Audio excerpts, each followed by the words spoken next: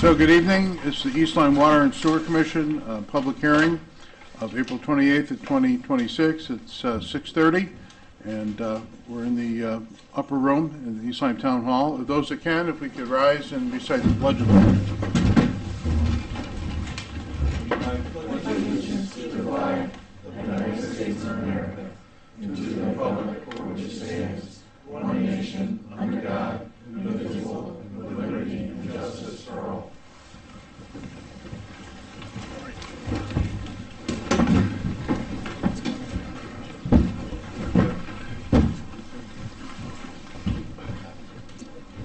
Okay, so the first thing on the agenda is the discussion on the proposed water rates, and I think we have a presentation.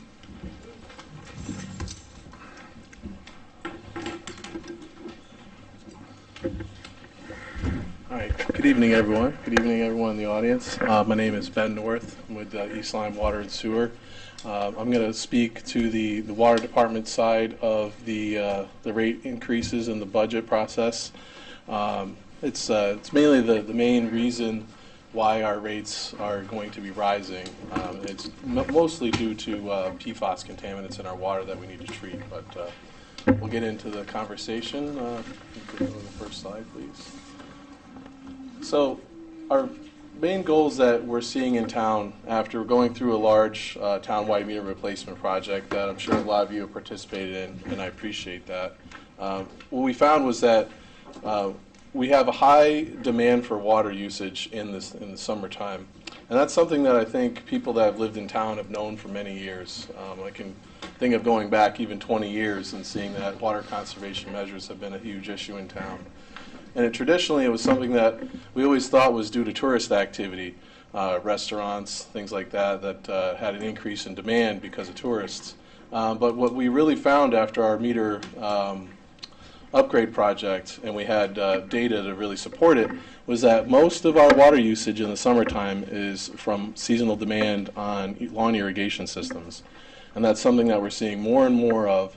And it's something that's causing a demand in our water system at the very time when we really can't supply it.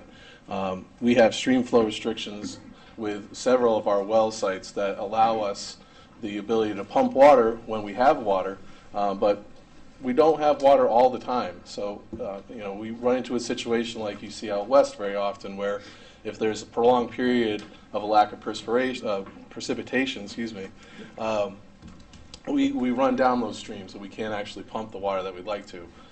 So one of the big things that we needed to do in solving that problem and the issues that we've had with DEP in that problem is lawn irrigation.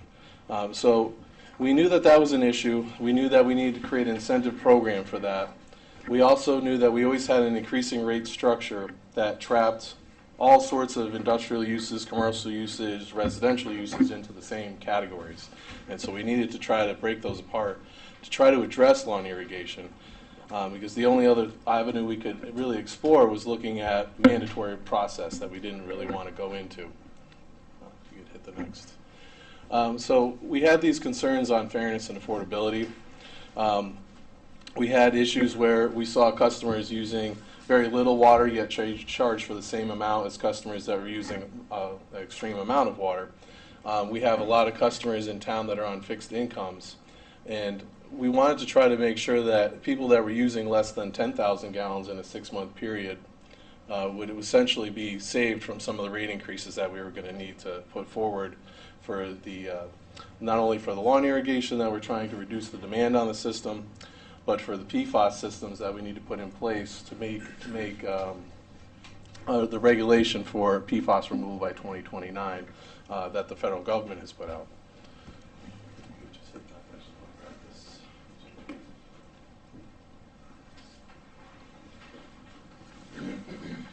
So in looking at this process, we came up with a sub-metering system.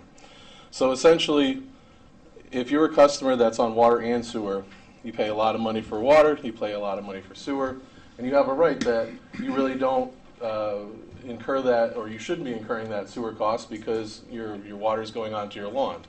And that's a fair statement to make, and it's something that the commission had to look at and say, well, how can we address this in a way that is fair for all the customers? And again, we could have gone with a mandatory process where we required an irrigation meter to be installed in a home, but we wanted to go with an incentive program to actually make an irrigation rate that's less expensive than the sum of the water rate and the sewer rates together. And so in devising this type of system, the customer would pay for the install cost of the meter, and then subsequently we would take over the responsibility of the maintenance of the meter. And you would be able to bill separately off just your irrigation system instead of both your domestic, which would be your sewer and your water usage. And so we looked at doing that, and that's baked into our proposed rate structure. We found that about 300 to 500 accounts in our system look like they use irrigation. And we discovered that by looking at the types of usage as every single service connection that we have. We have about 7,100 connections now. And we found that 300 to 500 of these accounts are all single-family homes, and they all use in the neighborhood of 80 to 400,000 gallons of water in a 6-month period. And so you can imagine, like, a normal customer uses, between 20 to 30,000 gallons of water in a 6-month period. We have customers that are using 400,000 gallons of water in a 6-month period. Some of those customers are not even on the sewer system, so they don't actually see that. But we needed to try to create a system that really incentivized you to use less water, because frankly we just don't have an unlimited amount of water that people would think that we have. We're in 2026 here, there's many amazing technologies out there, but water is something that really has not changed over the years.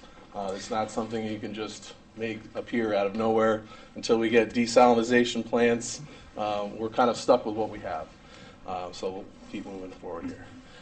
So this is a breakdown of the usage. And again, a lot of what this discussion is going to be about is how we're changing the rates. We're changing the rates to try to create a structure that's more equitable for everybody. And obviously, there's categories of usage that we're trying to determine and trying to make sure that it's a fair system for everybody. So these are just some facts that are things that we found in our data. And I'll just go over them. 95% of residential customers use less than that 85,000. It's the 5% of customers use 27% of the water that we use in the summertime. That ends up being 46 million gallons of water. And that's not just every single customer. That's if they're using more than a 40,000 gallon increment in a 6-month period, which is our base. So you could see, just to give you an example, we will make about 40 to 50 million gallons of water every month in the winter time, In the summertime, that number will go up to about 80 million gallons of water. So we're making 80 million gallons of water every month at a time where we have no stream flow in many of our lakes and reservoirs, and the system is extremely taxed. It's one of the reasons that we actually paid about $10 million 10 years ago to create an interconnection with New London to allow ourselves to actually get water in the summertime when we needed it. That system actually requires us to send 115% of the water that we receive and give it to New London for free, and then pay for the water at New London's at our retail rate to get it back. So just so you understand the economics of how this all works, this is a very expensive process. And so we felt like we had to, as a commission, deal with the fact that we have 5% of the users, residential users, mind you, in our system, about 300 accounts out of 7,100, that are using 27% of the water. So we needed to try to figure out how we were going to make that work. So right now, one of our biggest problems is that we still have some master metered apartments that are built on high water usage. That had been somewhat in the past with the rate structure that we had. We tried to improve that, but it still does occur to some degree in the future in this current new structure. We're going to work with some of these larger apartment buildings and see if there's ways that we can break apart their metering, because they shouldn't be unfairly taxed based on a higher usage rate because you have 100 apartments tied into the same rate. But the rate structure by and large was made so that individual usage, and if you didn't use a lot of water, you were rewarded. If you use a lot of water, unfortunately, there's a tax to that, there's a usage fee to that. We have to have larger tanks, we have to have larger pumps, we have to have larger pipes, we need to have more wells. There's a lot that goes into this that we need to consider if we're going to have a lot of high usage. And so we need to price that accordingly. So not only do we have this problem with a water quantity issue, we also have a water quality issue. As many of you know, we discovered PFAS in our water at 2 of our major well sites in town. That was discovered now about a couple years ago. We now have about a couple more years before we have to make our permit compliance with the EPA. Those 2 sites are projected to cost $17 million to do those upgrades. And they consist of essentially new facilities with new filters in them, 14-foot diameter by 30-foot tall carbon filter vessels. One site will have 2 of them, another site will have 4 of them, and that's going to be filtering the water post-treatment. Just so all you understand, we don't just pump the water right out of the ground and give it to you. You know, we add chlorine into the system, we add pH to increase the pH levels. We add fluoride to the system. We add a corrosion control inhibitor. All these things are obviously NSF 61 approved for drinking water. And we also use iron and manganese removal to remove the iron and manganese that we find in our system. It's something that people that probably have lived here a long time, 10 or 15 years ago, even up to about 5 years ago, would see like gritty brown or black sediment in their water. That was iron and manganese that we finally just brought to treatment. The last of which was in 2023. So you're seeing a long progression of treatment upgrades that the water departments had to do over the years to make permit compliance and to meet new requirements that are still coming down the road, such as PFAS and lead and copper requirements. So now on top of that, we have our other capital expenses. You know, this is a picture of Roxbury Road's tank that's up in the transfer station. That's going to be needing to be repainted. It's not in terrible shape right now, but you know, we're something that we're planning for in the next 5 years. We need to do various booster station upgrades. We have a lot of old hydropneumatic tanks that we've used in our booster systems that are reaching their life expectancy. They're about 40 to 50 years old now. We have cybersecurity and building security upgrades that we need to do. I'm sure many of you heard about attacks from Iran. A lot of attacks are also happening against SCADA systems that are for water and sewer infrastructure. And so these things are being attacked just like airport terminals and just like high security systems. And it actually just happened just outside Boston about a month ago. So on top of those things that we're doing, we're also going to be looking at another well site, and that looks like it's going to be a plant dam, which is the last real remaining aquifer in town that we have that has a viable source of water for us. And so this is a look at where the road that we've been and where we're heading right now. Right now, we're really in the thick of the last of the large rate increases, the last 13% rate increase that you're seeing there. But we tracked this out about 3 or 4 years ago when we had the reckoning that we had PFAS in our water, and then we had to figure out how much that was actually going to cost to treat it. So back then, we came up with this system that would slowly raise the water rates to try to get ourselves to where we can start paying for the debt payment on the PFAS filters. And when I say debt payment, you know, we're obviously not paying $17 million in cash. We don't have that kind of money. Our operating budget's about $5 million a year. So currently, we're gearing up to raise revenues so that we can pay for our first debt payment for the PFAS filtration plants that we're going to be coming online in about fiscal 27-28. After that point, our debt load starts to normalize to some degree, and then 5 years later, we have a goal of trying to create a plant dam, which would add another roughly 1 million gallons a day of capacity to our water system. So this is just a snapshot in time, and it goes out to fiscal year 34-35. And obviously, you can tell, you know, we have had several years of high rate increases. That's unfortunate that it's something that we've had to deal with when discovering PFAS in our system.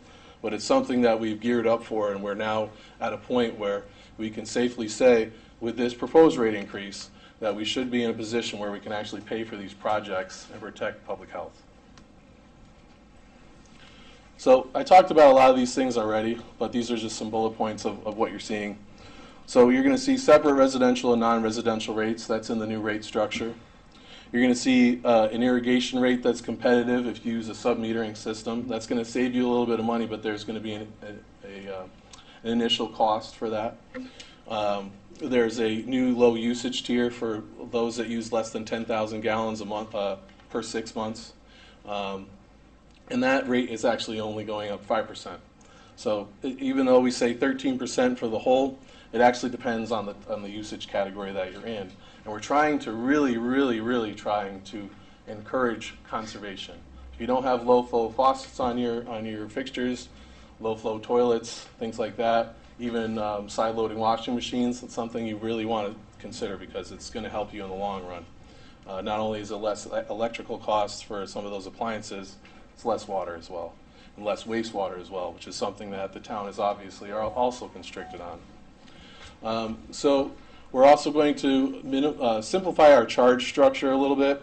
We used to have a 3,500 gallon essentially fixed fee that would be on our bills. It was very confusing for our customers, and it really didn't offer any kind of benefit for them. So it was always hard to calculate a bill. A customer wanted to understand why their bill was such and such. We took that out so that it's a little bit easier to read, a little bit easier to calculate a bill. And we also have been working a full court press for our manual meter reading. I would say there's probably about 50 accounts now that are still holding on to a manual meter, an older water meter that hasn't been changed out yet. And we've been charging for that because that's something now that we have to go out, we have to actually make an appointment with you, go into your home and read your meter. And so that's something that we're going to be increasing that fee on to try to get out of that practice. And so this is a little bit of a breakdown of the water budget for fiscal 27. This is really the heavy hitters, so to speak, everything that's pretty much over 100,000. As you can really drill into it, most of our budget, other than obviously labor, comes out of bond interest, bond principal, and capital costs. So you have about 40% of that whole pie is debt that we've already taken on and debt that we need to take on so that we can meet treatment. It's not something that we take lightly. We understand that it's a high debt load. I don't think anyone would want to have 40% of their income going to debt payment. But unfortunately, that's the place that we're in right now. The water industry has just seen several years, and I'm sure you've seen it in the paper, several years where they're seeing that municipal water companies had treatment systems in place that worked great for what they were designed for, but the contaminant levels are continuing to be reduced, and we're finding new things that we need to treat for that needs to be accounted for as well. So that's where you're seeing that large increase from. And that's what I have for the water side. I'll let Joe talk about the sewer side. Just before we do that, I just want to open it up to public comments so we don't end up in the same situation. So on the agenda, we just have public comment after the water. Sure. And then last time there was some confusion. So anyone that would like to comment, and then I'll invite you up, Joe, if that's okay. Is there anyone that would like to comment at this time on the water rates? Yes. Yes, please come to the podium and state your name for the record My name is Paul Smallwood. and your address, please. My home address or my business address here in town? Whatever. The business address is 44 Black Point Road. It's Okay. Chloe's Laundromat. Okay, And yes, yep. I am a high volume user. But from what I gather from your website, I'm going to be looking at a 19% increase on my yearly water bill, which will happen overnight if this passes, which I think is extreme. Because what that translates out to, if this passes, I'll be looking at a $3,000 a year increase on my water bill overnight. And that's a lot of money coming out of washers and dryers. This is a listening. We're Oh, not, okay. not a Yeah. dialogue. So I just feel it's excessive. I think there might be some other things to consider. One of the things that's never been taken into consideration is that about, conservatively speaking, 10% of my water doesn't even go into the sewer system. It gets blown out my dryer vents. And there is an actual calculation for that. For about 15 pounds of dry laundry, once you calculate out the wet water that goes out the dryers, it's 1.2 gallons of water that gets blown out the dryer vents. And that's only on 15 pounds of laundry. My machines are much bigger than that at times. And that's about all I've got. I've seen increases for almost 13 years in a row And I understand where you're coming from, but my water bill's more than doubled in 13 years, and my business hasn't. And I'm not the only laundromat in town. There's 3 here in town, and we provide a really good service. It's necessary. There's tons of rentals in this area that don't have washers and dryers. So I think it would be nice to have it considered that the higher percentage increase shouldn't lay on the burden of small businesses, like restaurants, some of the other high-volume car washes, the other high-volume users here in town. And that's all I've got on that end of it. Thank you. Okay, thanks.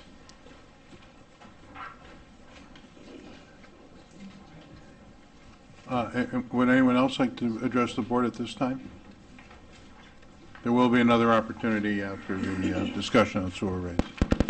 All right, Lori O'Connell, I'm at 81 East Patagonic Road, which is Dodgetown Condominiums. I happen to be the president of the association, so I'm kind of here as the president. Currently, every 6 months, we use approximately 1.1 million gallons of water. That puts us under your non-residential rate at 13%, $11.20 per 1,000 gallons. That's an increase of $12,300 every 6 months for a total of $24,600. That's a lot of money. And we are, because we get billed, I forgot to say that, we don't have individual meters. Our buildings are so old, so we fall under that because we have it's one bill for all 60 units. And we are homeowners. You know, every one of us owns our condos. So I'd like to ask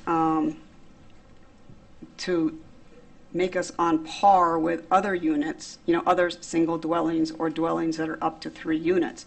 If you can take that total amount, divide it by the 60, which gives you an average of what they all use, and set our rate at that, which would then put us at 13%, but at $6.77 per 1,000 gallons.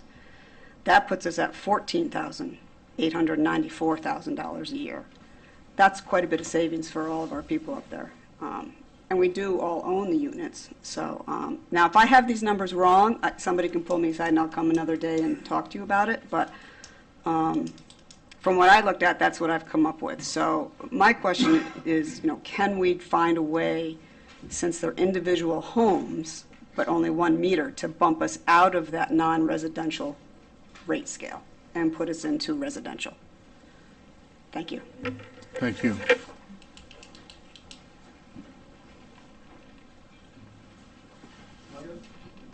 I just wanted to, I also live at And just Dodgetown. if you could identify yourself for the record. Yeah, so my name's Tim Buckler. I live at 81 Patagonic Road. I'm a Dodgetown resident. And I just wanted to reinforce what Laurie just said. I flush my toilet like 3 or 4 times a day. I turn off my tap between shaving. I buy my drinking water from Stop and Shop. And there are 59 other residents just like me. You know, we're just ordinary people. We're not, this isn't Pfizer, it's not a casino. This is just a residential area. And I'd be very upset if we start having to pay non-residential rates. So some of us have 2 jobs. I'm retired. You know, there's no CEOs living at Dodgetown, okay? Thank you. Thank you. Is there anyone else? Yes. Hi, my name is Constance Robinson. I live in Giants Neck. I'm a homeowner, and I oppose rate increases, period. I think you should test the water. My sister's dog got very sick. He almost died. He had swollen lymph glands. He wouldn't drink the water. After 4 days of him not drinking water and going back and forth to the vet, they bought bottled water. He drank the water, and he's healthy today. It's like 3 or 4 years later. There have been a lot of cancer, lymphoma, leukemia. I had cancer in Giants Neck. I really think somebody should look at the health of the water. Just because you put a PFAS filter on some, it's not going to help. Somebody has to test the water. The other thing is there are people in Giant's Neck, and they water their lawns constantly because they want a lush green lawn. So if you're trying to conserve water, but you're giving them a break because they're irrigating, another neighbor, they run their water about 8 hours a day through the summer to water their garden. The garden is like 20 feet by 10 feet. I don't think if you don't make them pay a higher rate for irrigating their lawns and their gardens like that, and unlike this other gentleman, I don't drink the water, I buy bottled water, because I'm concerned about the safety of the water, whether it's healthy or not. But I oppose rate increases, and I would like to know the various rates that the various people are going to pay, because on the radio they said certain people will pay 13 or 14, get a 13 or 14% increase. So I want to know what are the different rates that people are going to pay. I know you mentioned if it's under 10K gallons, it'll be less. But I'd like to know all the rates, and even the people who are irrigating their lawns for 10 hours a day or their gardens. I don't think that's conserving water. And I really hope somebody talks to Ledgelight about looking at how healthy is our water and why do we have so many incidences of cancer, leukemia, and lymphoma in Giant's Neck. Thank you. Thank you. Excuse me, Mr. Chair. I was just going to advise Could just that we have interject these really copies. quick. I don't think everyone has them. That's all I was. I just want to interject really quick. We do need to show the rates as the Exhibit A and the posting in the day paper as Exhibit B for the public hearing record. Okay, so that has been published. Yeah. So they're in the back for anybody who Yeah, wanted them. the rates are on the back if you, On Okay. the side table there. yes, all the rates are there. Yes, Hi, hi. good afternoon. My name is Daniel Dove. I'm one of the owners of Chloe's Laundromat. I noticed you got a 40%, you said between your budget is 40% of debt and capital improvements. Of that percentage, what is old debt and what is for capital improvements? About 20% of that, about half of that is old debt. And No, about is it half 20% of the 40 or is it Yeah. 50% of the 40? It's 50% of the 40. Okay. And that turns out to be 20% of the overall budget. Okay. And that's projected to go to about 40% debt level once with these PFAS projects are done. Okay, so how long is it taken to get your debt down to something reasonable? What is reasonable? Years. Wise. What do you mean by reasonable? For us, basically, we're opposed with, like Paul said, a 19% increase or replacing equipment. Average commercial washer, $7,000 to $12,000. So effectively, it's not really feasible. I can't pay high water and replace machines for conservation. It's not going to work. I think one of the fairest things to do is, I know you got your tiered system, but either take all commercial and say, okay, you're going to pay the same you pay for 1 gallon as you pay for 100,000 gallons. Because it's disproportionate in usage and the amount of people that we serve. And if you want the laundromats to close up, I think you're on a 5-year plan. But that's where I see it. You're making it really hard. You're increasing the volume of people that live in this town exponentially with every apartment complex. We ripped down a bunch of single-family houses right downtown, add all new people. Now, I understand Connecticut doesn't allow for impact fees, but can you do a fee like you do for the fire marshal with a building permit? Take and put a fee on there for the building permit, saying, okay, every unit's going to pay some percentage of the building permit fee to get money there. Thank you for your comments. Is there anyone else? Yeah.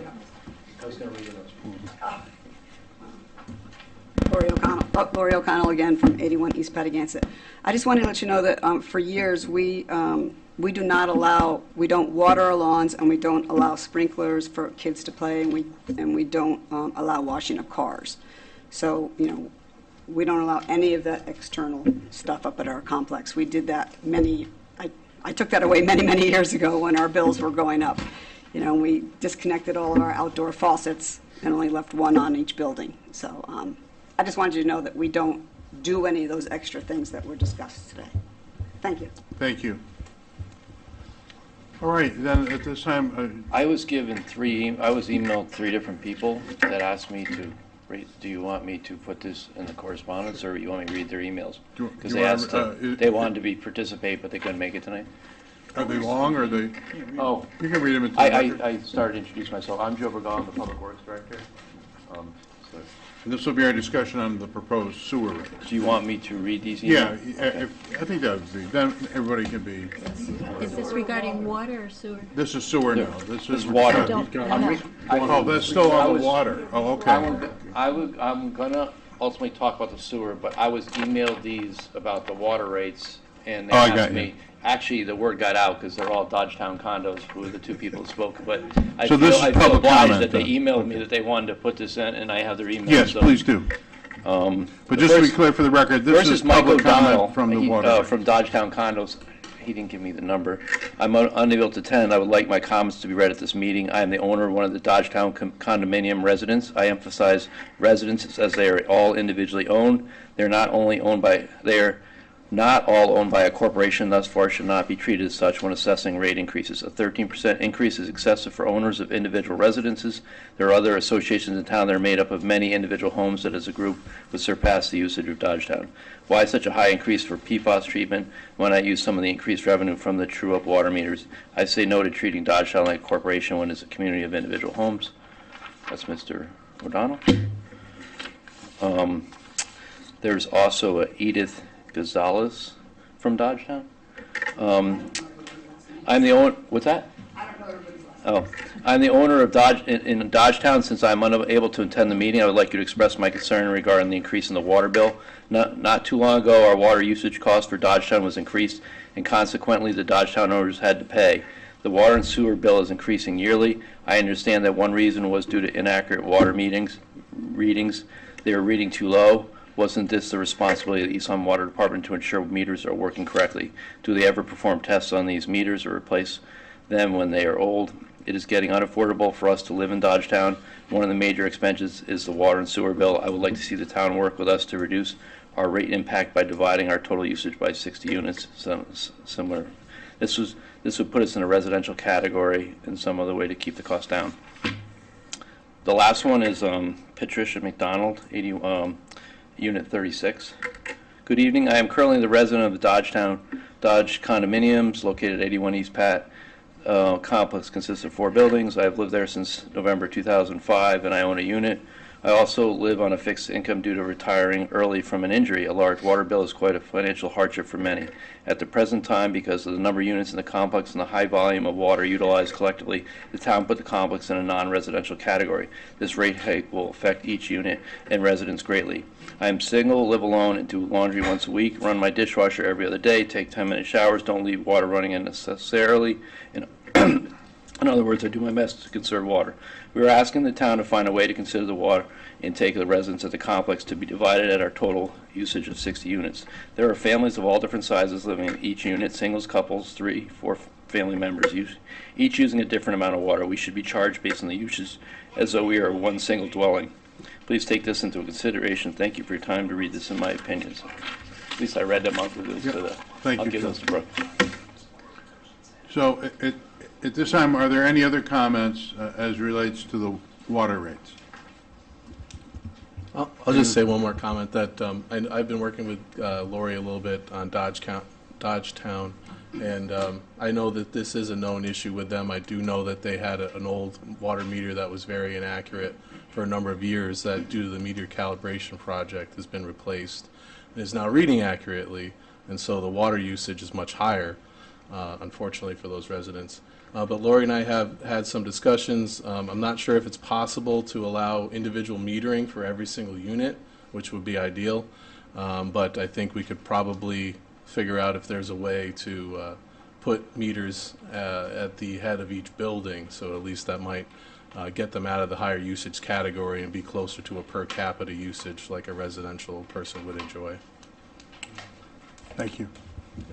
So if there's no one else, then Joe, I would ask you to, I invite you up to discuss the proposed sewer rates. Okay.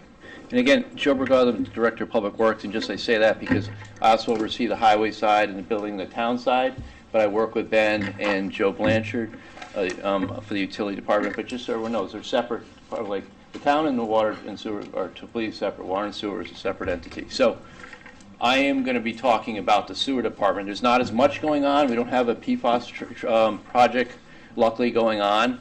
But the challenges on the sewer side is we have less customers. We only have 3,700 customers. Water has 7,000.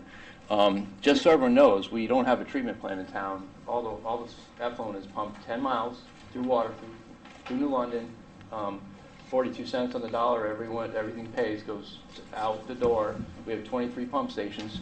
So we're not in an ideal setup for a sewer system. Pumping 2 towns over, 23 pump stations, having to split all that up is challenging on 3,700 customers.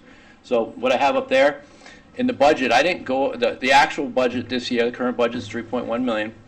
The proposed budget is $3,316,000 for 5.6 increase.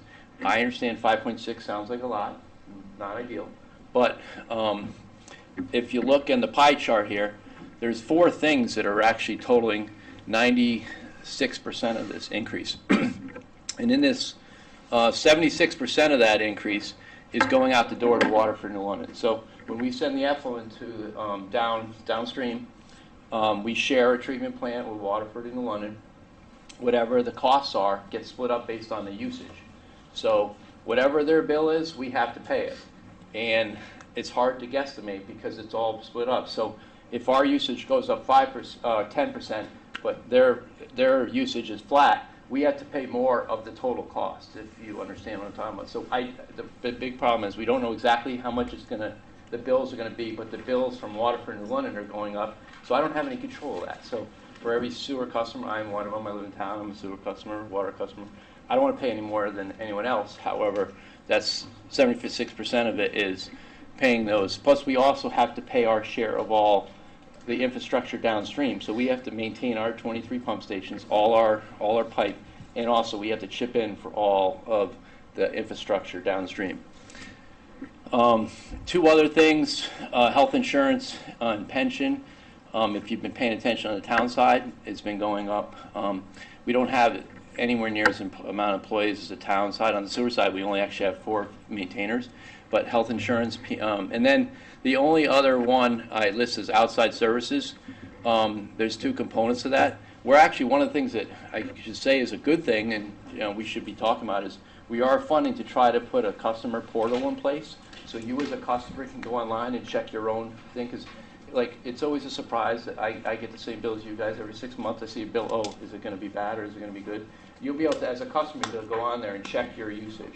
And that's what we're trying to work towards. There's a cost to that, but that cost is really important so that people can start taking control. Because unlike a tax bill, if that's your bill, people's bills can be less. You use less. And I know it's hard to say, and everyone's trying to cut down on whether they're using the dishwasher or something like that, but you can use less, but you don't know. We're trying to give the tools to the customers to be able to go online and be able to check the portal. So that's what we're working towards, because I think it's going to be an important thing.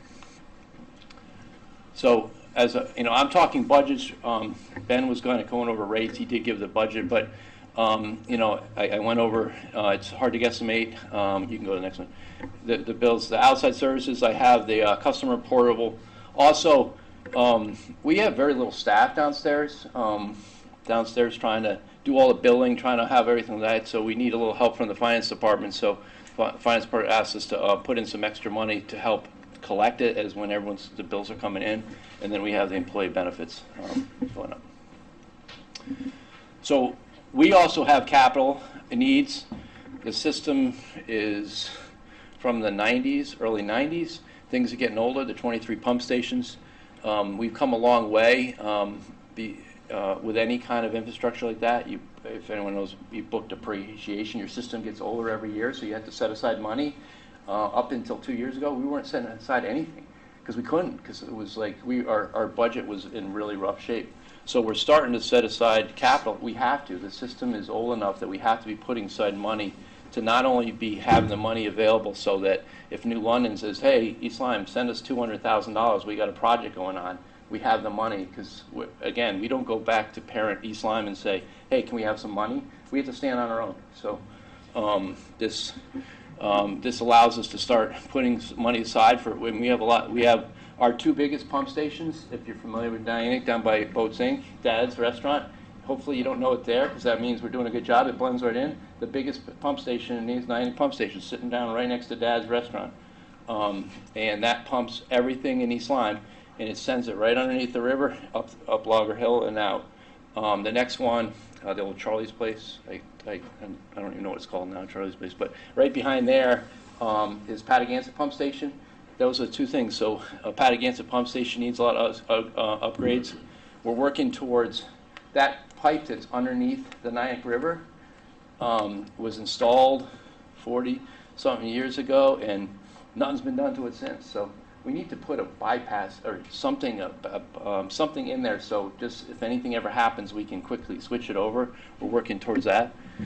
Over by the prisons, by Rocky Neck, Bridebrook, if you ever driven by there and see what's that thing that's sitting on the side of the road, that's the Bridebrook pump station. It's like stuffed in I won't even call it a postage stamp lot. It's insufficient. The pumps are old.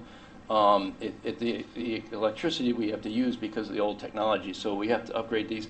All these things they cost money, and we're doing the best we can to try to put it somewhere in the budget, try to plan for it, and then the shared capital of Waterfront Atlanta.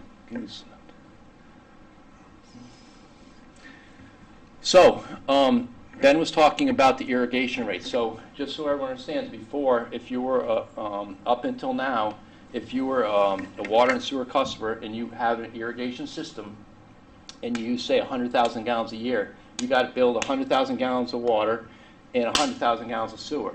And people will come at our office all the time and says, how can you do that? The water is going into my grass. Why am I paying sewer? But that's the way the rates were. And we hate to say, well, that's the way it is. Well, so we're changing that. The water is now, if they sub-meter it, the water department is going to be paying for the higher rate because they're irrigating. But you can't forget, the money that was coming into sewer is not going to be coming into sewer. So I'm going to have less revenue in sewer amongst the 3,700 customers. So I have to take that into account. It's just a reality. So that's something that we have to make sure. We're not sure exactly how much lost revenue, but back to the 3,700 customers, they have to pay. We're going to have less revenue coming into the sewer side, so we have to make up for it in the rates. The realities, again, I said, sometimes people don't realize this. The water and sewer department is completely separate from the town. They are not.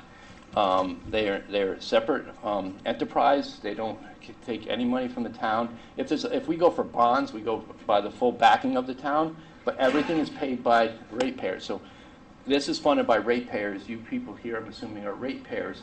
But if you go last night to the Board of Finance meeting, you're a taxpayer. I understand one's in one pocket, one's the other, but it's the reality that we're not just, oh, can we cut this because the taxes are high? We have to operate this system in full compliance. In a sewer, we have to follow all the guidelines, water, public health.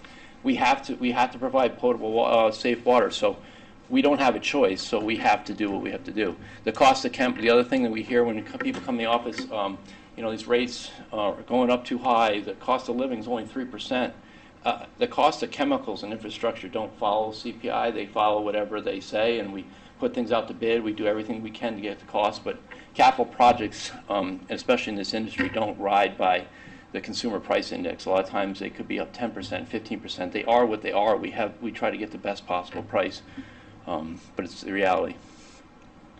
So, sewer rate. I'm happy to say on this side, first of all, our usage structures are now going to be exactly like the water ones, just so they're seamless and they're self-explanatory to our customers. Like, we didn't want to have one set of criteria for water, one set for sewer. That would be too confusing.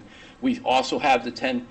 I think it's like 30% of our customers, or 35% of our customers, are under that 10,000 gallon per 6 month threshold, and we're trying to keep that to only 3.5. Now, again, 3.5 sounds high, but still, now we're starting.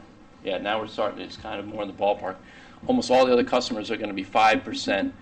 And then the largest customers, the irrigators, the people that have residential units that have irrigation systems that choose not to sub-meter are going to be hit harder with it because they're making the choice.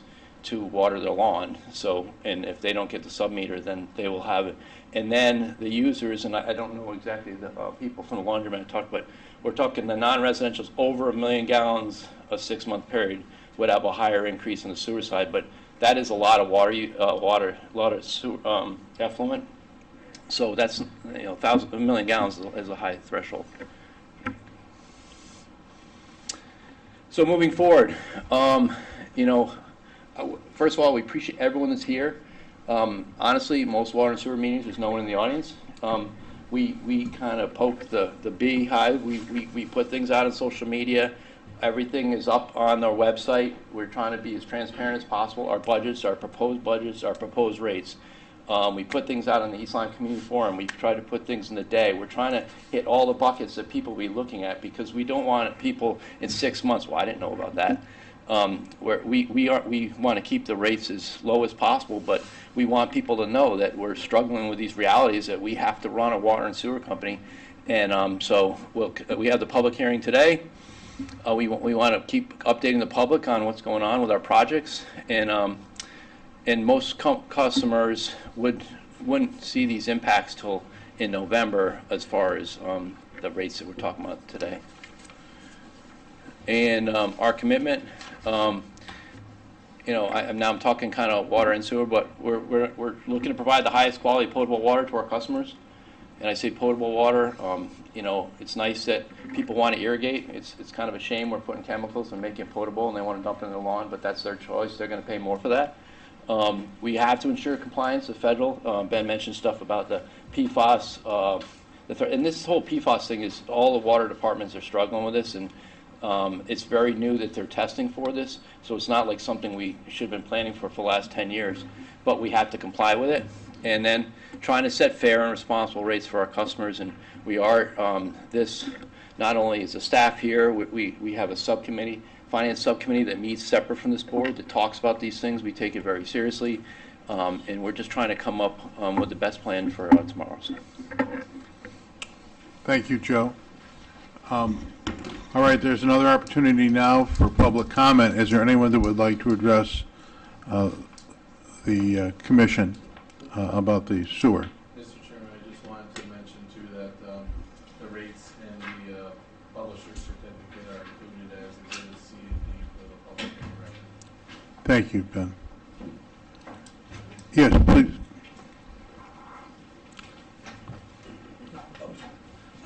And again, if you would identify yourself so we have a clear record. Daniel Dove from Chloe's Laundromat again. So now that you've got the true meters in, is there any reason that they couldn't necessarily go to quarterly billing? Because I'll tell you right now, you say, oh, it's not going to see this impact till November. That's Christmas, baby.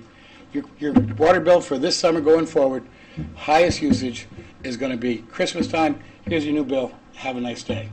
So you talk about the portal. I don't know how fast that's supposed to be implemented, but a lot of people are going to be shell-shocked.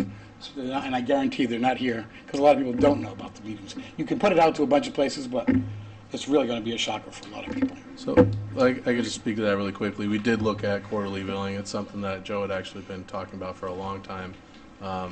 And we looked at the cost of providing that level of service, because it is an increased level of service. And we thought that was roughly going to be about $100,000 to $120,000 additional per year to do that. But it's something that the commission could still entertain. It's something that we're looking at. But we felt like the time where we knew that we were going to see rate increases just to pay for the bare minimum of treatment, that it might not be a good time to also try to increase our level of service for that cost. Any idea with the portal how soon that, assuming that it takes off, will be We're online? hoping in the next 6 months. We just went through a migration process with the town's purchasing system, which also had a utility billing component. Now that that's in place, we actually need to work with our metering company and change that software so that works seamlessly with our billing system and our metering system together. So that is something we want to And do. one other thing about that is for us, our billing would change if we had quarterly billing. Because summer is huge for us, winter dies off. But because you give me the 6 months here, 6 months there, I'm always going to be a top-tier customer.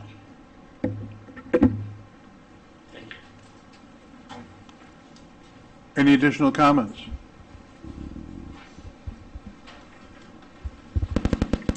Me again. Lori O'Connell, 81 East Patagonia Road. For the sewer, it's basically the same thing, that we're under the non-residential for that. So that's a big increase for us again, if we stay there. Now, if I take those increases and subtract, add them up, it comes to $51,393. Subtract my November bill, last November's bill, that was $23,242. That gives us a total increase of $28,000 for both water and sewer. That's a big increase for us. That's the combined? That's the combined, yes. Again, if you move us to residential, if there was a way to do that, it's $40,458. Subtract again our last November's bill of $23,242. It's a total increase of $17,216. It's a big difference between being booked at, rated at non-residential or residential. And if we can work something out to find a way, I'd really love to see that, if we could just divide it by 60 and bump us down. Because we are homeowners, it's kind of bothersome that because we're so old and we only have 1 meter going in, we're kind of getting penalized for that when we're all individual homeowners of the town. I don't know how feasible it is to do meters because we are so old. I'm thinking it's going to be prohibitive for us to do that, but I think we should talk and see what we can do. Yeah, I'd like to try to work with you guys. But that's my big concern for us up there is that, we're being put in that non-residential when we are homeowners and we're being penalized for the age of our building. So, but anyway, thank you. All right, thank you. Appreciate your comments. Is there anyone else at this time? Yes. Hi, Mark Christensen, Grassy Hill Road. I missed the first part on water, so if I'm asking something that's already been answered, I'm sorry. The question is, the PFAS standards are changing, and we have a contract with New London to supply them potable water. With the changing PFAS standards, as Joe related to, it wasn't an issue years ago, but it's becoming an issue. Are we at a point where, with the PFAS in our water, because we're pumping it into the New London system during the winter, are we in danger of not supplying them potable water as per the contract that East Lyme has with New London? Yeah, I'm glad you brought that up, and that's something that I should have mentioned in my presentation. Since we discovered PFAS, we have not been able to send water to New London because it doesn't meet water quality standards anymore. So that was part of the terms of the agreement with New London. So that has been put on hold until we maintain treatment to a level that meets water quality standards by the state and federal governments. And so that also exacerbates the current issue that we're in with the demand in the summertime. So until we get that problem solved, we're going to see a higher demand in our system, and we're only going to be able to pull water from New London on an emergency basis. When did that occur? I think it was 2020, end of 2023. I think it was the end of 2023. The day after I swore, and they handed me this problem, so, yeah. Well, aren't you the lucky one? Yeah, about 2 years ago, and, yeah, I said, I know a lot about toxic torts, and they said, well, here you go, my friend, and there's some PFAS. But, yeah, no, that is, it was shortly after that, when, once we discovered we had the problem, and then they had the concern that they didn't want to accept our water when it had, a PFAS issue. So, as has been stated, it exacerbates the situation. So until we cure the problem and they're comfortable with it, with the levels, we won't be able to send water to New London. Right, so then we can't use it in the summer when... In an emergency. Yeah, and so the ETA on the repair of the PFAS issue would be 2028? Yeah, that's what I'm projecting. We actually just worked on our bond resolutions and to move forward with our design for the two projects. So once we go through our design phase, which will probably be 3 to 6 months, Then we're going to go through a state review process, which is another 3 to 6 months. So we're hoping in about a year from now we'll be bidding the projects for construction. All right. And in the meanwhile, we pray for rainy summers, right? Exactly. All right. Thank you. Thank you, Mark. Thanks. Okay, anyone else that'd like to be heard? Going twice, 3 times? All right. Thank you, everyone. Oh, go ahead. You made it just under the wire, you know. Nancy Kalal, 80 Grassy Hill.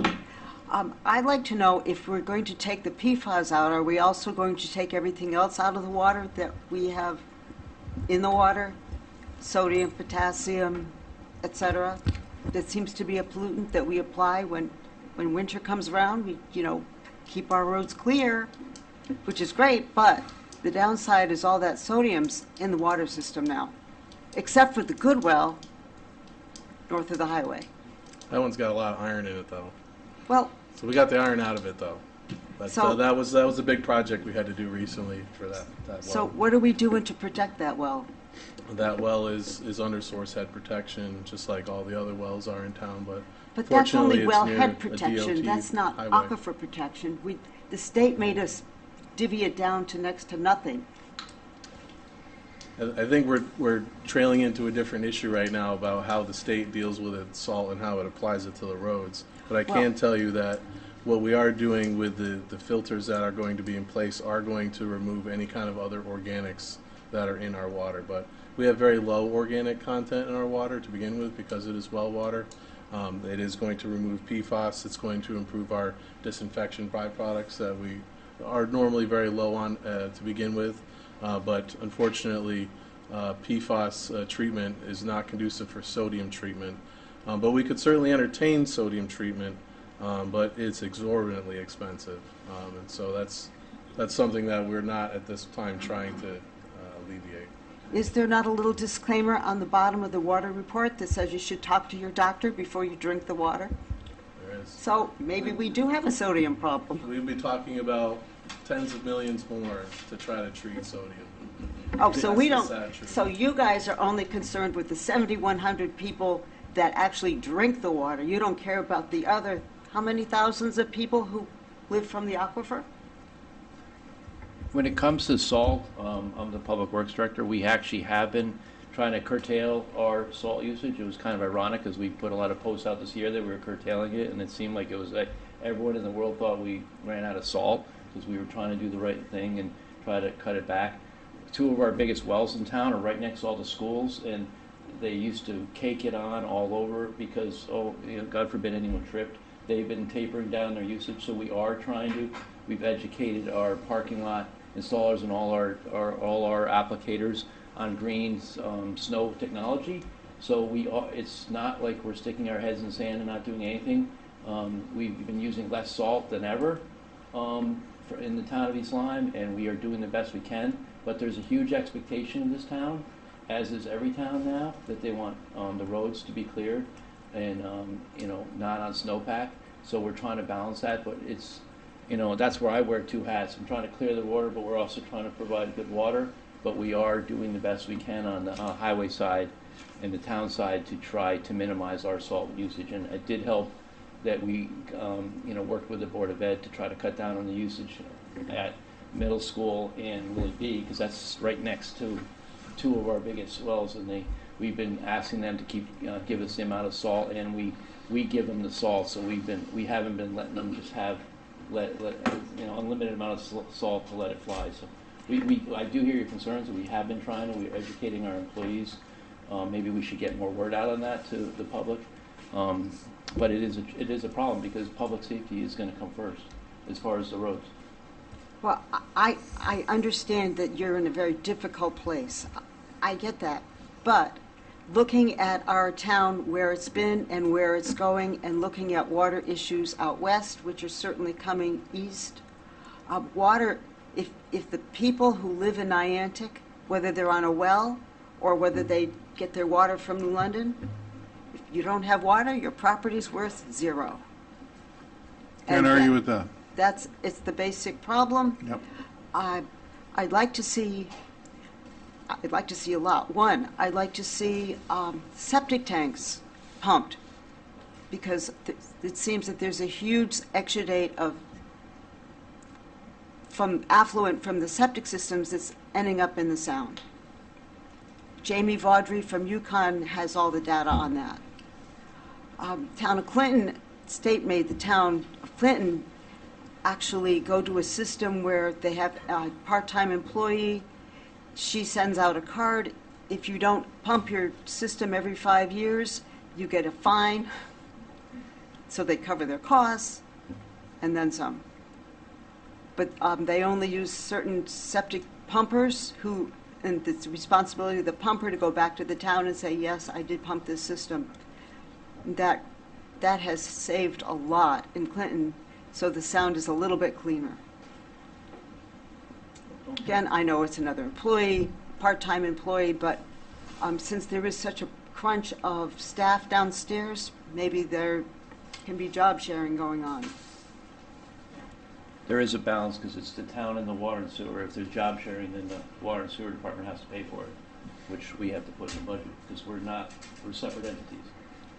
All I'm saying is, if all the people that have space in this building put their heads together, perhaps they can come up with a way that everybody can cooperate and keep costs down.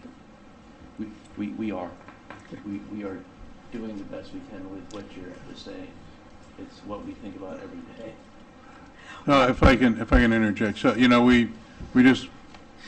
we had several meetings in the last week for the budget, and I think that if you look at the videos of it, they're online. You can get a sense of the process that we go through and how carefully we look at the budgets and do everything we can to achieve efficiencies. So we're well aware of. I'm we not look for saying opportunities. that you're not. I'm not trying to be critical of the process or of the budget. I'm just saying that as we go forward, water is critical to human life. We need to come up with a way to teach people how to save money, how to do drip irrigation for their gardens instead of overhead irrigation. I mean, there are ways to save money if you think about this logically, and to save water. Thank you. One of the programs that has been taking our staff a lot of time, but it's definitely worth it, is with these new meters. We're calling the customers out on a regular basis, telling them that their meter is moving on a 24-hour period. We never used to do that because we didn't have the ability. That's saving people water and saving people dollars, because now they know right away that their toilet is leaking. There's a spigot. We do that a lot, and we brought this up at the last meeting. It takes the staff a lot of time, but it's well worth it, and it helps our customers. So that's when we see those, we get those leak reports. This gentleman over here, Joe, spends a lot of time on that. Our staff, and besides us three, there's two more, and I'm mostly for the town, so there's really two. There's only 4 people that are running this department, water and sewer, for the 7,000 customers. Okay, so we also have a Conservation of Natural Resource Commission. Now, what would happen, who has pretty close to zero budget, if perhaps over the winter, the Conservation Commission put on talks about water safety, water conservation, logical ways to reduce water usage. Doesn't cost you anything. The commission finds the speakers, life is groovy. Those are good ideas. I hope you can follow up on those with us. No, I'm serious. And I have one thing too, over the sodium in the water. A lot of the sodium too on the roads is coming from the state. We cannot control the main state roads rolling through town, and 3 of them are in our aquifer. And there's a lot of the sodium into the waters coming from the state of Connecticut salmon. I'm not pointing fingers. I know that, and there's lots of ways that sodium gets into the water. I'm just saying that here's one way, perhaps, if we move to the sand, like Lyme does, instead of, when you're shaking your head. I don't have data to say one way or the I think other. we're going a little far afield of the topic, but We used to do sand in other towns, and it was like you would put down about 2,500 tons of sand and then sweep it up for the next 8 months because it's an absolute mess. Yeah, it's, Every town that does it, you know which towns do sand. Their roads are disgusting. There's sand everywhere, and then all that sand goes into brooks. So there's no perfect yeah, sand doesn't solution. melt. Sand doesn't melt I'm just ice. Yeah. reaching for Clogs all the storm outside drains, the box fixing it. thinking. Yeah, no, I appreciate your concern, and it is a concern. I sweep mine up after they put it down in my parking lot. I actually, because I am concerned about it. I sweep it up and I don't throw it in the river. I put it somewhere. Where, you know. I can ask one more question. Yeah. Why do you keep on increasing the new housing in East Lyme if it sounds like we're having a problem with water and sewer and the increase and everything, but you keep on having these building projects? That's Well, all. we Yeah, have, that's really outside of our Yeah, that's realm. not yes, well, you Much have, larger we have question. people that pay taxes and own land. They have the right to build on it if they want to. They've been paying taxes on it for their whole lives. Right, so if they're If building... you want to buy it, No, buy but it. if they're building on that land, are they paying for, to have all this water and sewer, yeah, these they're paying additional? just like everybody else. That's what it is. I mean, that's the thing, is that you have a lot of people in this town that own land for years and years and years, and now we're telling them after they've been paying taxes and insurance on this land for years that they can't develop it. That's not fair. That's not right. But here we are.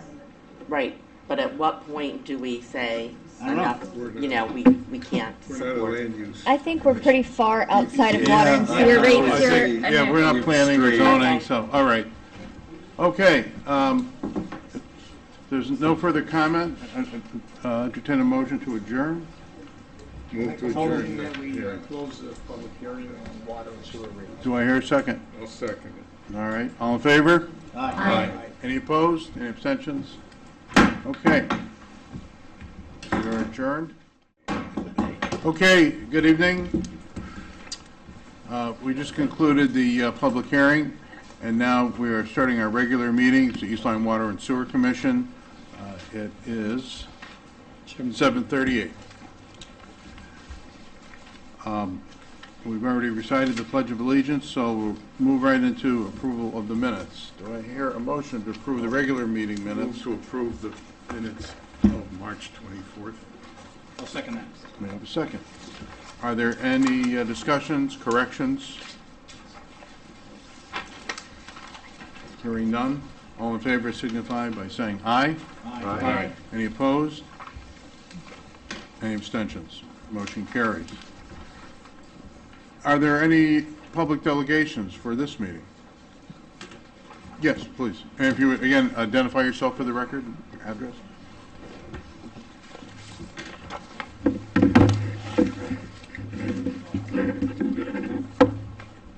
Hold on 1 second, please. Yep, of course.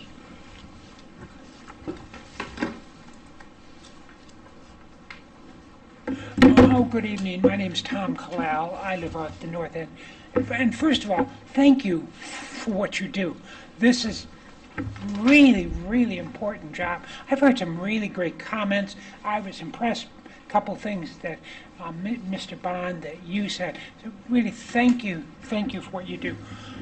But our water, some might say, could be under attack. And our water is different than neighboring towns. Many of the other towns are on reservoirs, and they protect the reservoirs. If you don't like reservoirs, they call them ponds, anyhow. And so it might be a little easier for them to keep that water safe. But our water's all a lot of it's all under 161, under the gas stations, under Stop and Shop, and everywhere it has the potential of being impacted. But I know our water's really good, and our water's really shallow. That aquifer is only down 6 feet, and I've personally seen it. I guess people, I guess they feel they have a right to clean drinking water, and I kind of agree. So we need to think, I personally, globally, I mean, there's a lot of challenges here I hear tonight, but we have to figure out how we're going to continue to protect that water road salt keeps coming up. Maybe we should go back to when they had snow. They rolled the snow down. They packed the snow down. I'm just joking. But if my wife fed me A&P ice cream all week, and on one day a week she gave me Ben and Jerry's, I'm gonna want Ben and Jerry's the rest of the time. Yeah, so maybe I don't know. Maybe our standards are too high, and we have to be brave to say, hey, we got to protect our water, and these are some of the things that we have to do. I know we made our aquifer protection area smaller 10 years ago. I was on the conservation, and I was part of it, but basically the state says, we don't want to be in charge of your aquifer protection zone. You guys do it, and we think you should make it smaller, and we did. Maybe we should take a look at that again. Finally, and Mr. Bond, you presented a point about I've owned this land and I've paid taxes on it all these years, and I get that. But if a developer buys that land and puts a bazillion houses on it and walks away with a lot of money in his pocket and leaves the town the challenges to provide drinking water, to provide sewer, that's not very sustainable either. Should we consider a building moratorium just to take a breath and figure out what we can do? You guys are a powerful commission, and I know you guys have the authority in some way or another to do that. Maybe that's something to do. Thank you very much. Thank you. Thank you for your comments. Are there any other public delegations this evening for the regular meeting? Seeing none, we'll move on to the correspondence log. We do have several items. I'll just identify them for the record. We had a letter from the New London Water WWPCA to the East Lyme Sewer Commission. It was their meeting agenda and minutes. We had a letter, New London WWPCA to the East Lyme Water and Sewer Commission, their meeting agenda. A letter from the Waterford Utility Commission to the East Lyme Water and Sewer, their meeting agenda and minutes. Another letter from the Waterford Utility Commission to the East Lyme Water and Sewer, their meeting agenda and their minutes. A letter from, what's RAB? I don't know that. Representative Advisory Board for SCLA. Oh, okay. We had a letter from the Representative Advisory Board to the East Lyme Water and Sewer Commission, their minutes. We had another letter from them as their roster, and we had another meeting that was their chairman's report. So that is a listing of the correspondence that we have received.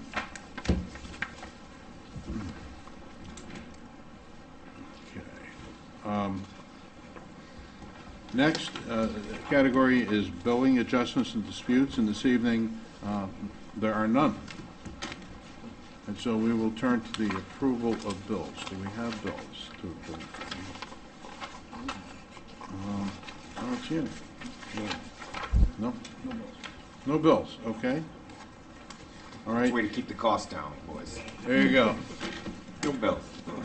Next is the Finance Director's report. It's a Kevin joke.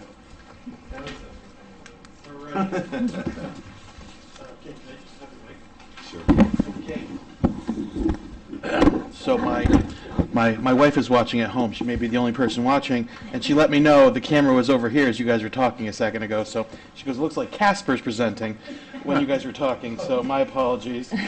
And Mike Meinzen was also watching, so sorry for not running that camera smoothly. I guess I'm not getting paid for this.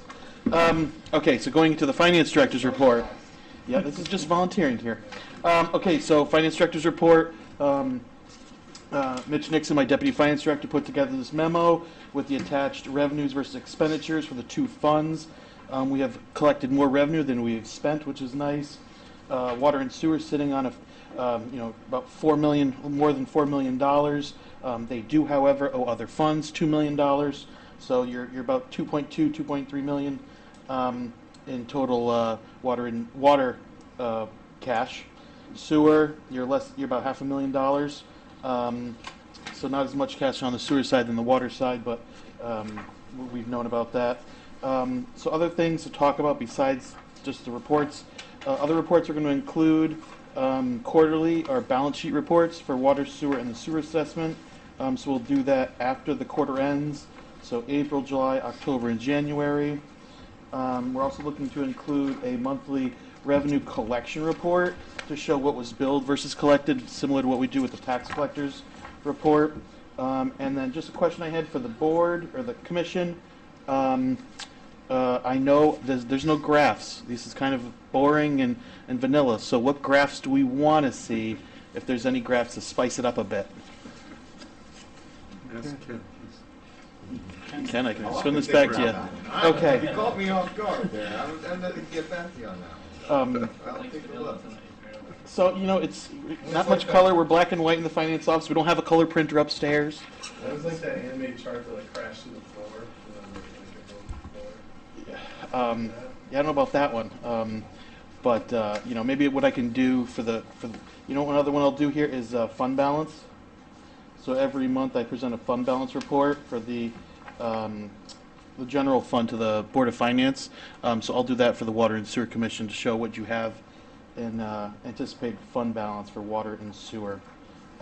Just give you another report to see what you guys have for That'd be good. savings. You could actually put it back into that other graph. Yeah. That tracks fund balance. Yep. So with that, does anyone have any questions? Both the funds are in pretty good shape at this point right now. I don't see any stressors. It's not like $1 million of overtime or anything going crazy. So Good planning. Thank you. Appreciate that. Any project updates? It says none. We talked a little bit about the PFAS project. hi, Pam. Discussion and possible action on the proposed water budget. Well, I think we spent a lot of time talking about it in the last meeting. I changed, although I did change the hydrant new line. So I'll just defer to the commission if they have any questions. If not, can you go through my presentation? Happy to do it. I do have a question or a thought, if possible. I think that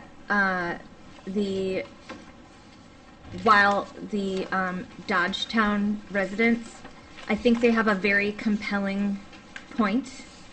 I would hate to change the rate structure to meet that one, premises in our town, but I was encouraged by your willingness to help update, discuss options for infrastructure updates so that their infrastructure puts them in a residential billing tier. So I thought they had a compelling argument, but I don't want to set a precedent of this is the rate you qualify for, but we feel bad, so we're going to move you into let's help them do what they need to do to get more meters on the property so that they no longer fall into that bucket. And Michelle, just for history, there's a history, I'm sure there is. right? There's a history on this 20 years back. I'm when sure. They went from being, They were on bells, weren't yeah, well, went from being 2 apartments, then turned them into condos. Yeah. And at the time, we had put it out there that they were going to have to sub-meter. Right. They didn't want to do that. Yeah. Well. They didn't want to do that because it was very expensive, and it was actually, the construction doesn't really warrant it the way they're piped. Yeah. So this entire evolution was known in the beginning, but now if they're going to willing to put meter pits in and meter each building separately, all right, but there was a history of this. I'm very cognizant of that, and I'm Okay. familiar with areas like that outside of this town as well, where run into a very similar situation. So I think my point was, they currently fall in the appropriate bracket for them, and if Ben wants to consult them on, capital projects that they can take on at their own address to put them in a different bracket, I would encourage that. But my point was, I don't want to change their classification without I agree. changing their There'll be a long list of people that come in. infrastructure. Yeah. Exactly. The takeaway that I heard tonight, which I think it was probably masked a little bit by, the two laundromats in Dodgetown, is that we really tried to increase the gap, the tiers of the Dodge residential so that it wouldn't penalize small businesses. But of course, if you're using more than 1 million gallons of water in a 6-month period, you do start to move up that increasing rate scale. There's only 15 customers that are in that bracket that Dodgetown is in. So the other users are like bird processing, and the laundromats, obviously, the car wash. I think car wash might even be a higher one. But yes, there, as what we talked about early on, there's going to be some bycatch here. There's going to be some unanticipated situations where we've always had this situation where we have master meters in apartment buildings that are old that we have to try to work with them, and obviously we will work with them to do that. But it's also why the commission made it mandatory some 20-something years ago that all new construction, regardless if it was going to be apartments or condos, was required to have the ability to sub-meter their units so that we could avoid a situation like this. How many buildings are there in Dodgetown? In Dodgetown, there's 60 units altogether. But I'm guessing there's less than half a dozen. I don't know off the top of my head, maybe 4. But unfortunately, like Lori said, I gave her this data last week, that they're at about 1.1 million. So unfortunately, it puts them, just that 100,000 extra puts them into that category. We even did explore trying to look at changing the structure so that, part of your bill would be in this tier and the other part would be in this tier. But because we were so far along with Munis and because we already had it all calculated out, we thought that that would have more anticipated consequences if we tried to go with a structure like that in the midst of doing a large change like we're doing now. But to get back to Michelle's point, it's certainly something that we want to do. I don't really know of any other large community that's like that. I don't think that we can legally bill them, and almost as that person said, there's some people that are multiple people living in one unit, and then there's some that are living, by themselves in one unit. How do you equitably bill them for that? I'm not sure that there is a way to do that fairly, but I certainly would want to work with them to sub-meter. I think we could do that really economically. I think there will be an upfront cost, maybe an assessment that they'll levy, but I think it would save them money in the long run. And is the association paying the water bill? For the residents? I believe they divvy it up. Yeah, but, to your point, I believe there is a single entity and then they have to go collect the money. And Churchwood is like that too. Yeah. Churchwood has 4 separate HOAs, and if one of their HOAs don't pay, then we kind of get stuck in this limit situation, which happened last billing cycle. This is why we try to have these regulations this way, because these things will happen.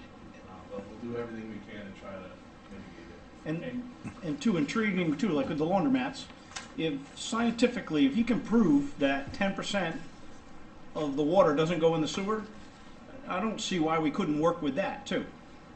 I mean, with the wet laundry going in the dryer, it is being evaporated and going out the, right? There's Something to that. you know what I mean? If you could prove that to me, I'd consider Probably it. studies. But the regulation would have to Is there take that into consideration. industry-wide empirical data on I've never heard of that before. Yeah, but it's I believe logical. it, you Yeah, are- it makes sense. Yeah. But how much? I don't know. I mean, you got a wool jacket in there, you maybe there's more than a silk one. And maybe what's the there's a homogeneous mixture of different garments in there. I don't know. Well, you could put a sewer meter on. Yeah.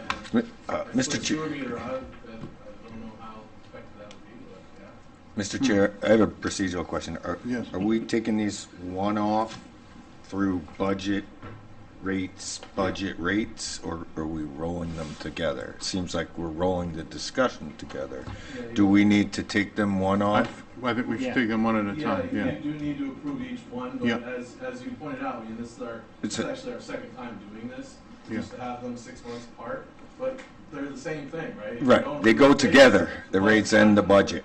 Exactly. Yes. Budgets drive the rates. Okay. Drive the rates, so you really, we were having this thing, well, it's Yeah. like chicken or egg. Like, which one we put You approve first? the budget to know the rate, or you approve the rate Right. that drives the budget, but that's why we had to split it up. I'm thinking that the budget, approve the budget first, and then. Then the rate. It drives the rates. And I just wanted to note real quick, getting back to kind of the Dodgetown condos conversation, we are working with, right here Main Street, the Bayview apartments that are switching to condos, and we've been working closely with them, and they have been individually metering each units and then putting meters on their common areas to bill to the property company management, and then each of the customers will now get their own bill. So it's not unprecedented ground, and they are most definitely not outfitted plumbing-wise to be individually metered, but we figured out a way to do it with them. So there might be that possibility at Dodgetown. Let's start looking into it. I think it's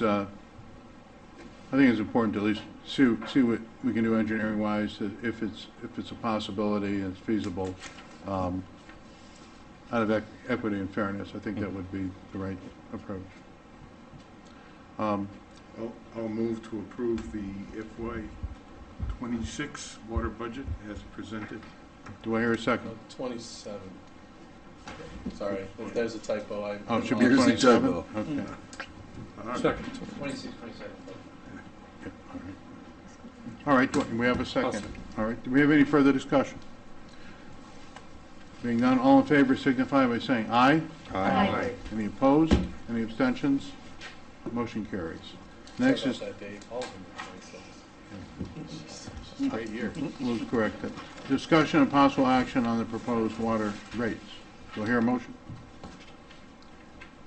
I'll move to. Motion, we accept the water rates as they were published, advertised, and public hearing as presented by staff. Do I hear a second? I'll second it. We have a second. Any further discussion? Go ahead. Yes, You go no, first. go ahead. You can go. I just wanted to clarify a couple things that came up in the public hearing that I think were really important to respond to. The first is that I think we're all very proud in this room that our water meets all state and federal safe drinking water standards, and not only does it meet or is better than those standards, but it goes through much more rigorous water quality testing than bottled water. I think we all know that on this commission, but it's hard to communicate that, outside to people who are not in the industry. So I just wanted to make sure that that got on the record. I also want to make sure that it's clear on the record that bottled water is much more expensive than tap water by great orders of magnitude. So I am completely in favor of people drinking whatever water their tastes or preference desires, and that is, we are making both choices here at this table, and that's totally fine. But I just want to make sure that I got on the record that we should be very proud of our water quality and cost. Thank you. I appreciate your comment, and I certainly share that point of view. Any other comments? I have one comment. Yep. I just wanted to make it on the record about the staff and the due diligence for all the water quality, all the testing, and all the research and development, construction, and all the efforts that have been made, as long as I've been on the board and probably before that. And I do appreciate, and sometimes you guys don't get noticed for that. You just get beat up with why you're raising the rates again. Same as us. I mean, we're volunteers, obviously. But I do appreciate that effort. Thank you both. We appreciate it. This is more a further clarification regarding the Dodgetown situation, because I also found that very compelling. And I understand the issue with going to sub-metering at that particular complex. It sounds like it has a lot of challenges. And are there other condominium situations like that here in town where it's only the two that I mentioned. I'm aware of Churchwood, and I'm aware of Dodgetown. Do they have individual meters too, No, though? they don't. Yeah, I guess that was done recently, but they do have the ability, or they should have the ability to sub-meter if they choose to. So, Hope Street, anyway. yeah, it sounded Street was like done, Churchwood last 10 years. also seemed like that it was much more doable for them to go to submetering in terms of, if they need to. Dodgetown or No, Churchwood? Churchwood. Yeah, Whereas- conceivably. So I'm wondering if there's, if we approve our rates as is, does that pretty much block out doing anything for Dodgetown short of the submetering? Or if we find some other solution, is there a way to come back and amend? I mean, I'm just wondering what the implications I just want to point out that we've always had this problem. This is not a new problem. This is something that our rate structure has always had inherent in it, but it's being highlighted by the fact that it's being broken into residential and non-residential usage. So I don't want to say that there isn't anything we could do, because certainly submetering is something that we could do. We have encouraged before. We have had discussions with Churchwood. We have had discussions with Dodgetown. But this is not a new problem. This is something that has existed ever since I've started here. And I'm sure it's in many water systems across the nation, where unfortunately if you have an increasing rate tier structure like we've had in East Lyme for the past 30 years, you will have situations where complexes have chosen to have master meters, and they're going to get caught in this situation. I guess I'm wondering if, in terms of like when something is like, there's an aging situation in terms of what's doable based on long ago decisions. I don't even know if the current people who own their, it's. So I'll make an example. Joe had just brought up Windward Village, right? We didn't give Windward Village an option to choose to individually meter or not. We told them, based on our regulations, you must sub-meter if you want to turn yourselves into a condo. Dodgetown chose not to do that 20-something years ago. I'm sorry, I guess I should be more empathetic about the situation, but I really think that per capita usage of water metering should be considered in this situation, and I don't think that we should change the entire structure of our water system because of one development. Or two. And two, back when they were talking about sub-metering and changing, the problem the commission had was we didn't want to have to bill 60 or whatever different people and try to collect through the office. That was part of it. Well, that's when they came and said, they promised, we'll take care of it, master meter, we'll pay you, you guys will pay you if you, and it was a change in use.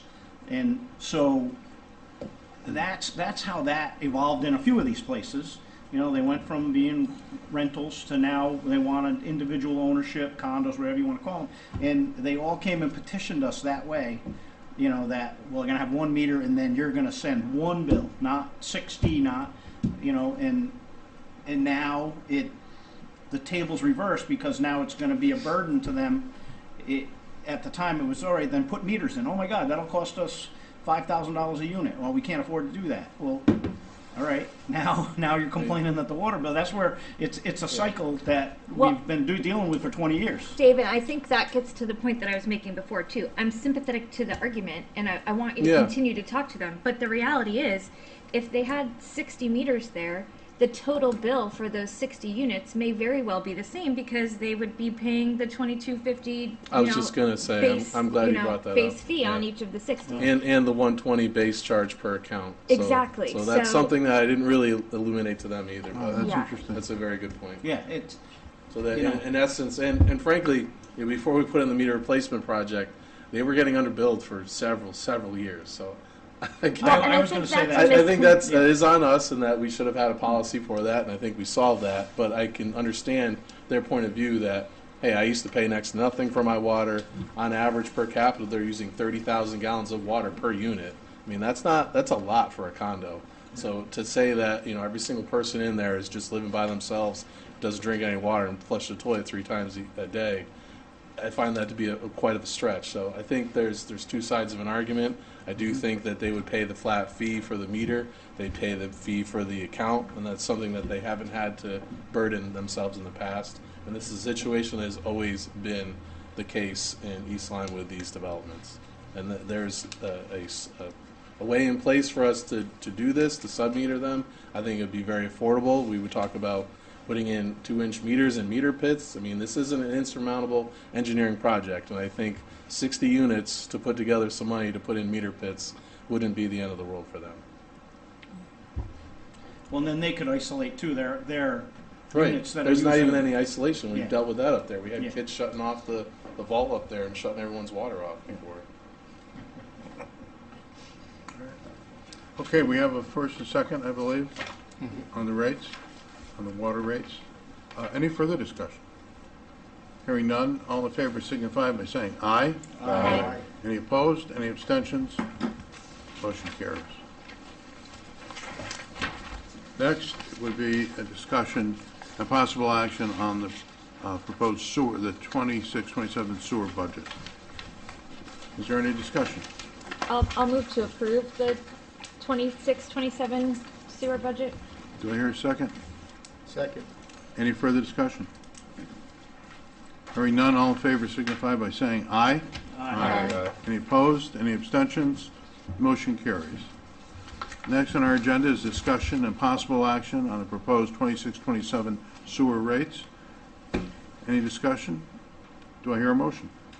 Make a motion to approve the 26-27 sewer rates as proposed by the staff. All right, do I hear a second? I'll second that. We have a second. Any further discussion? Thank you, Joe, for making it really clear that 42 cents on the dollar leaves here totally outside of our control. I think that's really important for people to know. Thank you. Anything further? All in favor signify by saying aye. Aye. Any opposed? Any abstentions? Motion carries. All right, discussion, possible public message on the status of sewer capacity.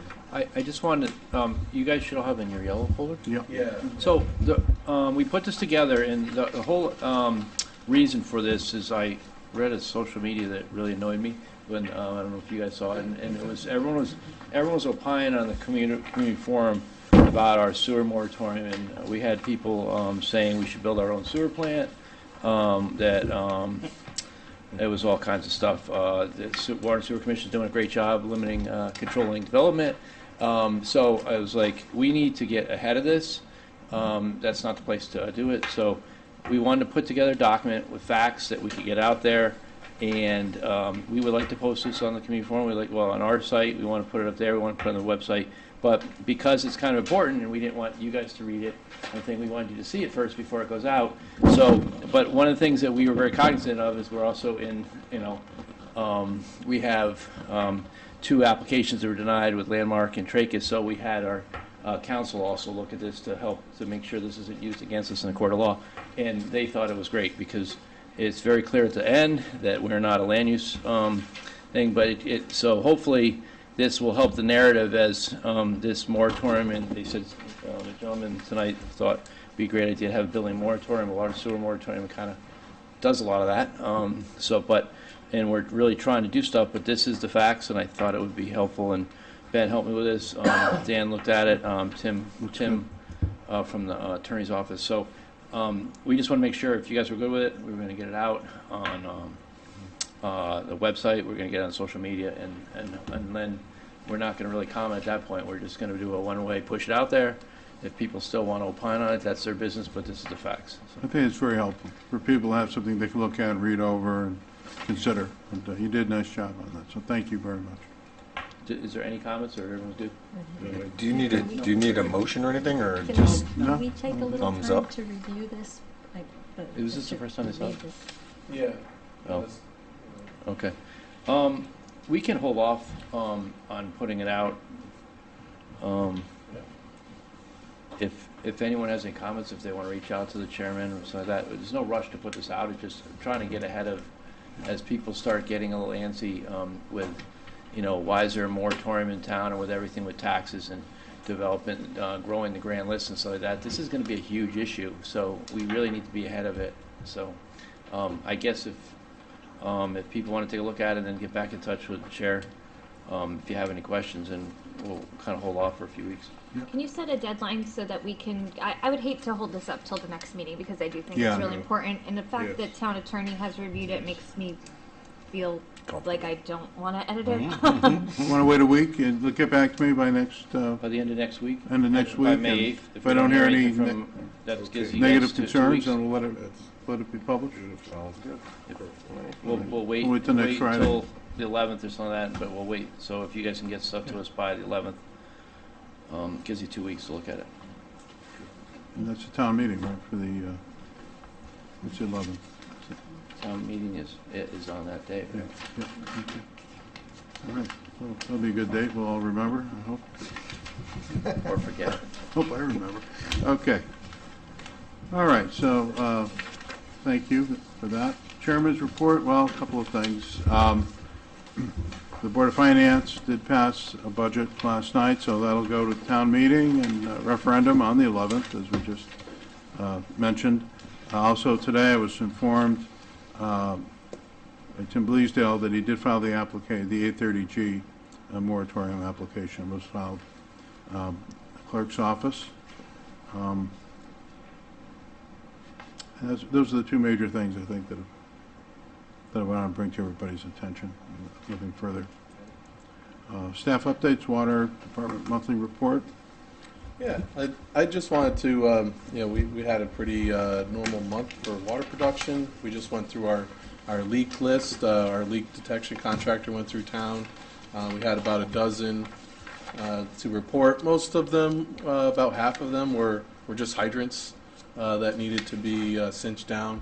And then it was about a 50-50 split. We had a few water leaks on our side, a few on the customer side that we're going through now, but we'll talk about more of that next month. The big takeaway I wanted to mention was that we got 5 inches of rain, and we started to see our sewer flows jumping again. So this is something I know Carol had talked a lot about in the past, that, obviously our sewer flows are baked into a long average, and that's something that we've looked at in different look-back periods over the years. We've looked at a 5-year, we've looked at a 2-year. The sewer capacity subcommittee had recently just reviewed the proposal for our on-call engineer that we're working with to come up with our capacity allocation or estimate numbers. And I think this will be an important data piece because the past 2 months we've averaged about 800,000, and then we nearly hit 1 million gallons in this March time period. So it is something that is difficult to project, and I'm hoping that there'll be something that we can really use as more of a best practice way to understand what our flows look like when we're under not only high precipitation periods of time, but high water table periods of time, because this is when we had our snow melt as well. But I think this also plugs into the I&I project that we're just setting up our metering for now. We did, 6 manholes down in Atlantic Ave. Public Works is going to be paving in that area, and we just put in new ceiling manhole covers that have lockable lids. The guys seem to really like them. We're going to be looking to buy some more of them in areas that are prone to flooding to try to prevent water from getting into the sewer system and protecting that. So, seeing that jump, do you attribute that to infiltration or to sewer pumps? Some pumps that are being. It still seems like some pumps, but I think that the period that we had, we'll be able to look back on this and evaluate it next spring and see if some of the things that we did, because we're actually looking to get some more manhole covers of that type. They're about $1,600, $1,700 a piece, so they're not cheap. They're about twice as expensive as our normal covers, but we're putting them in areas that are prone to flooding. And I know that outside the yacht club, Black Point is another area that we're looking to change over to that style of cover. So I think that will help, but through our meter replacement project, we trained our guys to look for illicit discharges like that, but it's kind of hard to find unless you really know what you're looking for. So if I lift the man cover, what do I see under? Is it the actual sewer under that cover? Yeah, yeah, you'll see a pipe coming through. Usually, it's every 1,000 feet or so, or there's a change in direction, and that's where you'll have it almost like a junction box and electrical. So that's kind of a huge deal. I mean, if Yeah. that feeds right into the sewer. Yeah, yeah. And a lot of the older manhole covers had holes, which Right. if they're after a pump station, you need to have that kind of venting, just like a main vent of a house. So you need to have a little bit of airflow to allow that to equalize. But if you have 6 inches of water sitting there and you've got all these holes in your manhole covers, And that's going feeding right the into sewer. our sewer Yeah, system. and then we'll get sand and things like that. What's that? We're paying for that because it's going to London and they're charging us for the. Yeah. Wow, that's a huge thing. Yeah. I thought there was something else underneath it Yeah, and it was a closed system. No, it's It's fairly not. closed. That's it. Yeah, yeah. All right, didn't know. All right, that's good to know. Can our leak detector guy pick up some pumps? I've never really asked him, I but think he can. Ask he him. might be able to. I think he can. They go around at night and Yeah, listen, and well, they can tell. he does. He goes around at night now. Yeah. So, yeah, Go around at night and they drop them in. They can hear the water coming in, yeah. and they can find the houses. I'm pretty sure he can. He'd have to sit on them a lot longer. It'd be a different type of scope, but yeah, There was Might be a, worth it after we get those neighborhood meters. yeah. We're working on that still. That narrows in Yeah. Yep. where they usually are. there was a guy in New York in an apartment building, and he put a speaker on his system, and he was broadcasting Gregorian chants and people were hearing these. Yeah, They thought it was like the devil coming out of we their. could do that too. Yeah, out of their kitchen sink. I like that idea. It'd be a good way to know. Maybe- if there's can we not do a that? good- Maybe not a reverse, good trend. Take it up in the capital project. Yeah, we'll put it in the capital. Yeah, it'll be the capital project subcommittee. No, I read it. Yeah, It was on Facebook. It had to be true. it's gotta be. Okay. All right. Future, are we done with staff updates? We go to future agenda items? Keep moving forward on the subcommittee meetings? We're gonna have a capital subcommittee meeting Someday. someday. Once All we're right. once we're done signing those contracts, Come up to Cambridge and we can it's have gonna be it up great. there. You'll love it. That Roxbury tank, that's gonna be one of the first ones. All right. And you see if we can overcoat it or if we have to take it down to bare metal. Get rid of the. Which lead one is paint. that? The The one at transfer Oh, the transfer station. Yeah. All right. Any other items this evening? Do I hear a motion? I make a motion, we adjourn. Do I hear a second? Second. All in favor? Aye. All right. Great. Thank you, everybody.